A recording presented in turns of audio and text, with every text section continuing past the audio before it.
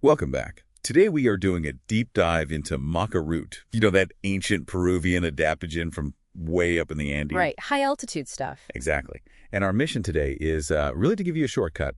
We're going to unpack its unique non-hormonal mechanism. We'll talk about the critical difference in preparation. This is a big one. And why the actual color of the maca you pick matters a lot for what you want it to do. It really does. Okay, let's unpack this then. So, first surprising fact maybe, maca is actually a cruciferous vegetable. Think like a distant cousin to broccoli or kale. Yeah, but one that grows in incredibly harsh conditions. We're talking 3,500 to 5,000 meters up in the Peruvian Andes. Wow. Okay, so let's talk function. What does it actually do as an adaptogen? Well, what's fascinating here is maca's core function is adaptogenic. So it helps your body resist stress, both physical and psychological stress. Oh.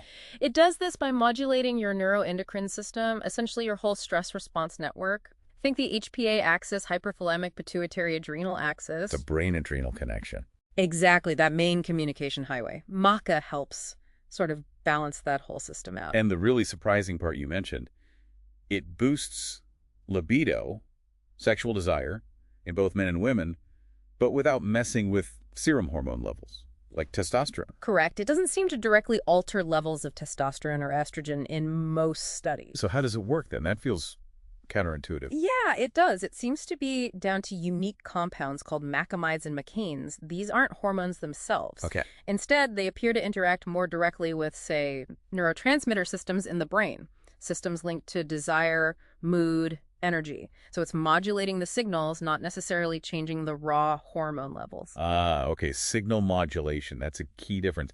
But, okay, if it's so great for stress and energy, why do you hear so many people say they tried it and just got, well, terrible stomach issues, gas, bloating? Right, and that links directly back to how it's prepared, or often not prepared correctly. Because it's a root vegetable from high altitude.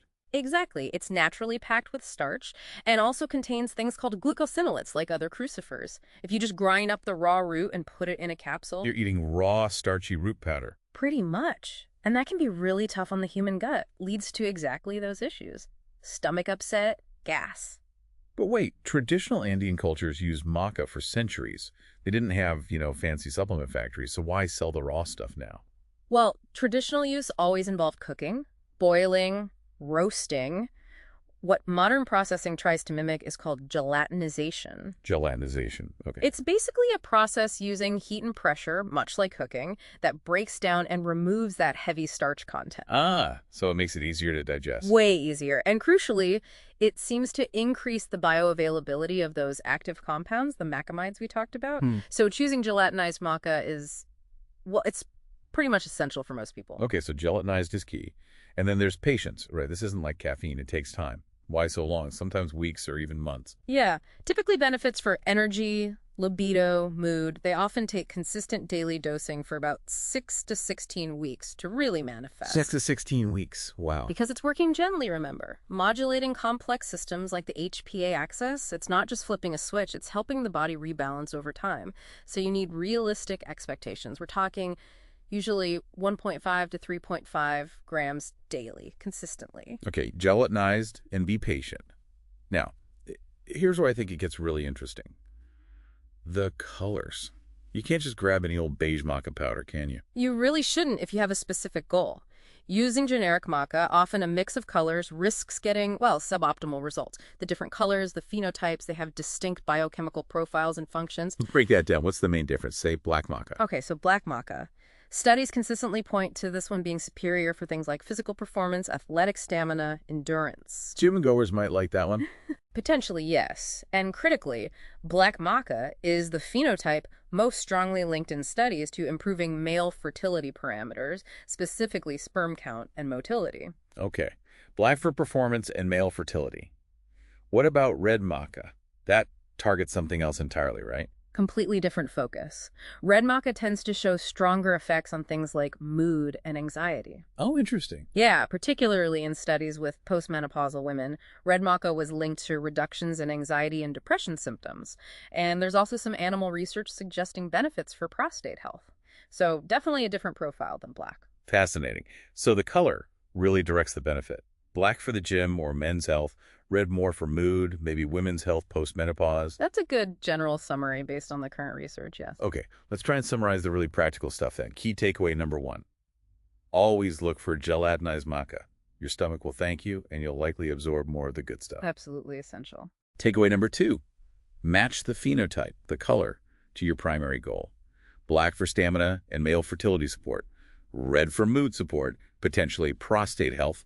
Don't just grab the generic blend if you have a specific target. Exactly. Targeted use is smarter use. Now, safety was the touch on that. Is maca generally safe for everyone? Generally, yes, it has a good safety profile, especially the gelatinized form. However, there are important cautions because it can interact with hormonal pathways. Even if it doesn't directly change serum levels. Right, because of its modulating effects. It's generally considered contraindicated, meaning you should avoid it if you have hormone-sensitive conditions. Things like breast, uterine, or ovarian cancer, endometriosis, uterine fibroids. Definitely talk to your healthcare professional first in those cases. Okay, crucial warning. What about thyroid issues? It's a crucifer. Good point. Like broccoli and kale, maca contains goitrogens. These compounds can potentially interfere with thyroid function, especially if there's an iodine deficiency. So anyone with a pre-existing thyroid disorder really needs to exercise caution and, again, consult their doctor. Got it. And one last practical tip, timing. Yeah, take it in the morning. It can be quite stimulating for some people, energy-wise. Taking it late in the day could potentially lead to insomnia. Morning dose. Makes sense. Okay, so final thought to leave people with. Maybe this. Given maca's potent effects as an adaptogen, influencing complex systems like the HPA axis, even without directly altering major hormones, should we still think of it purely as a food, like potatoes, as it was historically in the Andes? Or more like a targeted botanical medicine. Exactly, something that requires more informed, tailored use based on preparation and phenotype. It's powerful stuff. Maybe encourage yourself to look into how it might synergize with other adaptogens too, like ashwagandha or cordyceps, for potentially broader resilience support. Food for thought, definitely. Using ancient wisdom with modern understanding. Thanks for breaking that down. My pleasure.